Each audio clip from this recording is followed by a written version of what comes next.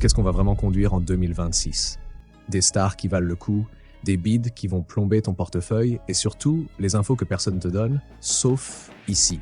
Certains jurent que la Clio va passer au 100% électrique. Vraiment? Le T-Roc, censé disparaître? Toujours pas remplacé? Et la Yaris Cross? Elle revient, mais elle ne changera pas la face du monde. Bref, on va faire le tri. 1. Les vraies stars à surveiller. 2. Les flops annoncés. 3. Les dessous croustillants que les marques préfèrent taire. Et toi, tu paries sur quoi pour 2026? Balance ton pronostic dans les commentaires et rendez-vous dans un an pour voir qui s'est planté. 1. Les vraies stars à surveiller. Toyota Yaris Cross, restylage. Depuis sa sortie, la Yaris Cross cartonne avec ses airs de mini SUV urbain. Pour 2026, Toyota prépare un restylage discret. Phares affinés, hybridation un poil plus efficace et quelques aides à la conduite en plus. Pas de quoi grimper au rideau, mais suffisant pour rester dans la course face à Renault ou Hyundai. Petit scoop, au Japon, une version GR Sport existe déjà avec un look plus agressif, mais rien ne dit qu'elle débarquera chez nous. Côté prix, table autour de 26 à 28 000 € bien équipée. Mon conseil, attendez les premières finitions en fin de lancement, elles ont souvent droit à des remises plus costaudes et la batterie nickel hydrure restera plus endurante que beaucoup de lithium bas de gamme.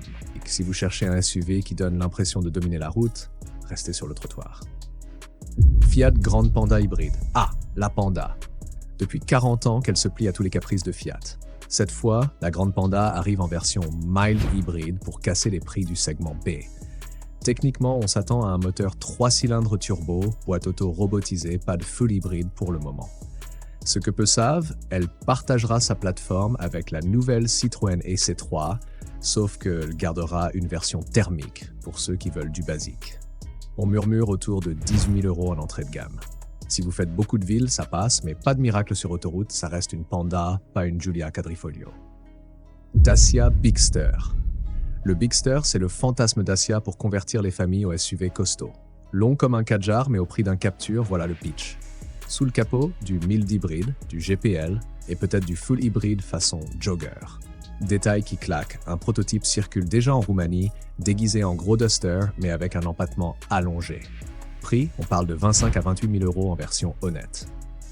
Mon conseil, guettez les finitions supérieures, l'entrée de gamme sera une coquille vide, et pour l'amour du ciel, posez une caméra de recul vous-même si Dacia l'oublie encore. Renault Twingo E-Tech. La Twingo, cette icône des villes s'offre une cure de jouvence version E-Tech électrique. Renault nous promet un tarif plancher pour rivaliser avec la Dacia Spring, mais soyons clairs, ce sera plus cher que prévu. Certains insiders parlent d'une base sous 15 000 € bonus déduit, d'autres crient déjà au fake marketing. Détail croquant, en Allemagne, une Twingo avait déjà été proposée, mais c'était surtout un test grandeur nature. Autonomie famélique, look daté, là on repart sur une base CMF PV plus moderne. Objectif officiel, autour de 20 000 € hors bonus. Mon conseil, attendez de voir l'autonomie réelle. Si ça fait moins de 300 km, prenez plutôt une citadine d'occasion bien entretenue. 2. Les flops annoncés. Volkswagen ID.2. L'ID.2, c'est la grande opération reconquête de Volkswagen après le flop relatif de l'ID.3. Une Polo électrique au prix d'une Polo thermique, c'est le plan, mais les coûts des batteries chinois viennent brouiller le tableau. Peu le savent, VW hésite encore à produire en Espagne ou à délocaliser une partie de la production pour gratter des marges. On adore l'Europe, mais pas trop cher. Objectif optimiste, autour de 25 000 €. Version GTX plus musclée possible pour frimer au feu rouge. Mon conseil, surveillez la version de base. Si elle sort à 25 000, foncez. Si ça grimpe à 30 000, passez votre chemin. Une Renault 5 sera plus sexy. On parie combien que le logo lumineux coûte 100 € de plus. Renault 5 E-Tech électrique. La Madeleine de Proust pour les quarantenaires et leurs banquiers. Renault ressuscite la mythique R5 en version électrique bien sûr. Design néo-rétro à tomber, plateforme CMF BEV ultra optimisée. Mais attention, certains experts pensent que l'autonomie annoncée 400 km est exagérée. Secret de Polichinelle, la version Alpine R5 Turbo E est déjà en test sur circuit. Plus de 200 chevaux pour ceux qui veulent cramer de la gomme. Pas juste de la batterie. On table sur un ticket à 25 000 € environ. Mon conseil, oubliez les versions trop basses en finition. Sans pompe à chaleur ni chargeur rapide, vous allez la détester l'hiver. T'as la R5, t'as le flow. Cupra Raval. Si tu trouves la Volkswagen ID.2 trop sage, Cupra débarque avec son Raval, ex-Urban Rebel pour les intimes. Petit format, look énervé, mais prix théoriquement contenu. Officiellement, ça doit faire la citadine électrique Fun autour de 25 à 28 000 euros. Détail sympa, la version concept avait plus de 200 chevaux, mais la version de série sera bien plus sage. Ne t'attends pas à un karting, sauf si tu prends la version VZ, non provisoire, qui pourrait envoyer du lourd. Objectif prix, 25 à 30 000 euros, batterie chinoise ou hongroise, tout dépendra des usines. Mon conseil, Cupra mis sur l'image jeune et branchée, mais vérifie bien l'équipement de base. Parfois, même le volant sport est en option, histoire de raquer encore. Skoda Elroq. Le Karoq tire sa révérence, vive l'Elroq. Même gabarit, même esprit familial, sauf que là, tout est électrifié. Skoda garde sa réputation de coffre géant et modularité d'utilitaire déguisé. L'Elroq inaugure une version simplifiée de la plateforme MB+, censée réduire les coûts de prod et le poids total. Et chez Skoda, on ne plaisante pas avec les rangements. Il y aura encore des bacs planqués partout. Niveau prix, Skoda promet un ticket d'entrée autour de 35 000 euros avant bonus. Mon conseil, attends les packs de lancement. Skoda fait souvent des offres First Edition hyper bien placées avec tout dedans, siège chauffant, chargeur embarqué, etc. L'Elroq, c'est l'auto pour planquer tes courses Lidl et ta belle-mère. Pas sûr qu'elle s'en échappe. Citroën et C3 Aircross. Citroën revient fort dans la bagarre du SUV compact low cost, électrique mais pas ruineux. Les C3 Aircross dérivent de la toute nouvelle EC3, sauf qu'on rajoute de l'espace et un design façon mini cactus costaud. Citroën a déjà tenté le coup du SUV compact électrique avec l'EC4, sauf que le prix ne suivait pas. Là, l'objectif est clair, rester sous 25 000 euros avec un équipement correct. Ticket prévu, autour de 22 à 24 000 euros hors bonus. Mon conseil, si Citroën réédite ses sièges Advanced Comfort, testez-les avant de signer. Certains adorent, d'autres ont l'impression de s'enfoncer dans un flan pâtissier. 3. Les dessous croustillants que les marques préfèrent taire. Mini Cooper électrique nouvelle génération. Mini revient à ses fondamentaux. Du petit, du stylé et du branché, au sens propre, cette fois. Cette nouvelle Cooper électrique promet plus d'autonomie que l'ancienne, qui peinait à faire 200 km quand on roulait comme un papy.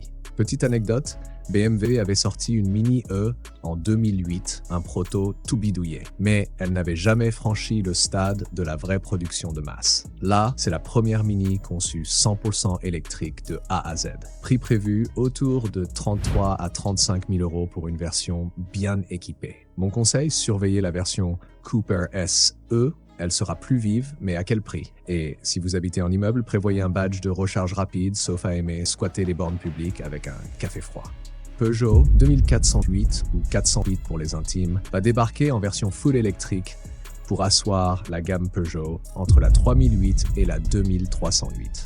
Peugeot avait déjà tenté le coup du coupé surélevé avec la 408 thermique. Le public était mitigé. Pour l'électrique, Stellantis mise sur la plateforme STLA Medium, censé offrir jusqu'à 700 km WLTP dans tes rêves. On parle de 40 à 45 000 euros, donc pas pour tout le monde. Mon conseil, si t'as pas de garage pour brancher tranquille, passe ton tour. La consommation risque de grimper vite avec un SUV coupé. Ça reste la voiture idéale pour dire à tes voisins que tu roules green alors que tu fais 50 bornes par semaine. Kia EV4 et V5. Kia n'arrête plus. Après le V6 et le EV9, voici le V4 ou le V5, selon la taille que tu veux. L'idée, c'est de combler le trou entre le Niro et le V6. Un SUV compact, look futuriste, prix relativement contenu. Détail qui pique. La marque promet une techno de batterie maison encore plus dense. Sauf qu'on entend ça tous les 6 mois et au final, c'est toujours un poil au-dessus de la moyenne sans révolutionner la fiche technique. Ticket d'entrée, autour de 40 000 euros pour le V5 bien équipé, un peu moins pour le V4 s'il existe vraiment en version Europe. Mon conseil, si tu as un usage mixte ville-route, vérifie bien la taille de la batterie. Un petit pack, ça peut vite te pourrir la vie. C'est un peu le SUV pour ceux qui aiment dire « je roule en coréenne » sans préciser que c'est pour le prix du premium allemand. Hyundai Ioniq 7. On termine avec le mastodonte, le Ioniq 7. Un paquebot familial tout électrique qui veut faire peur au Tesla Model X et consorts. Imagine un salon sur roues, 3 rangées, un plancher plat et la plateforme EGMP gonflée à bloc. Petite perle, le concept car montrait des fauteuils pivotants et un frigo embarqué. Mais bon, à la série, ce sera sans doute sièges qui se rabattent et accoudoirs réfrigérés au mieux. Prépare ton chéquier, autour de 70 000 euros pour la version de base et plus si affinité. Mon conseil, réfléchis bien avant d'acheter un paquebot électrique. Si tu n'as pas une borne triphasée à la maison, oublie.